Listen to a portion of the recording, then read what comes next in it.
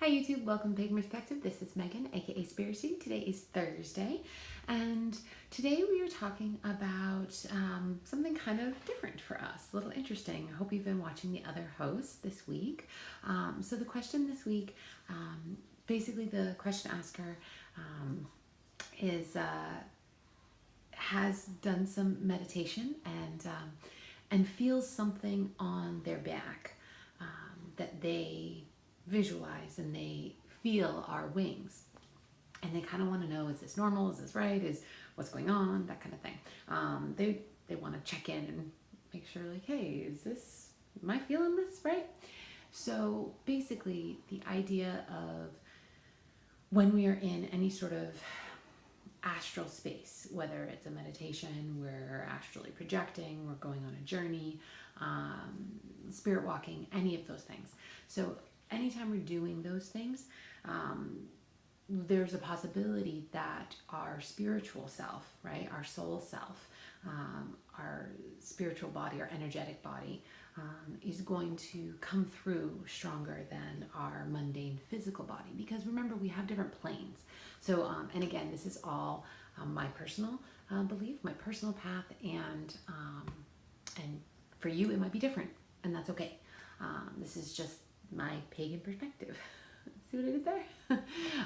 So there are different planes, and so we've got the elemental plane, we have the mortal plane, which is what we are on right now. We have the physical plane.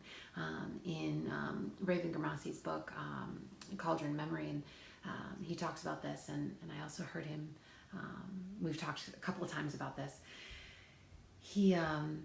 He's phenomenal when he speaks about this sort of topic, about the different planes. And he talks about a time in which he was on the elemental plane, and how he was saying this elemental was saying kind of that the elemental was a little jealous of Raven, because Raven gets to be on the mortal plane and gets to create something that will be there even when Raven isn't.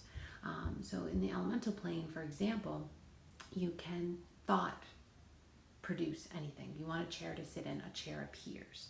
However, when you no longer need that chair, when you leave that chair, when that person, that entity leaves, right, the chair is gone, right? It's only there because it exists in the thoughts, right? Whereas in the mortal plane, the physical plane, when we create something, we build a chair and we leave the room, that chair still exists. So that's a type of magic. And in Raven's experience, a lot of other planar entities really admire and respect, and in some ways even covet that ability to be able to create something that lasts, right? Even when we're not around. And so we have to remember that our spiritual selves are very different, or can be very different than our physical mundane bodies that we're in now.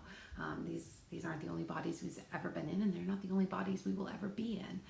And so it's just something to keep in mind, that our spiritual self has different, can have different parts to it than the physical body we're in now. And I encourage you to explore that.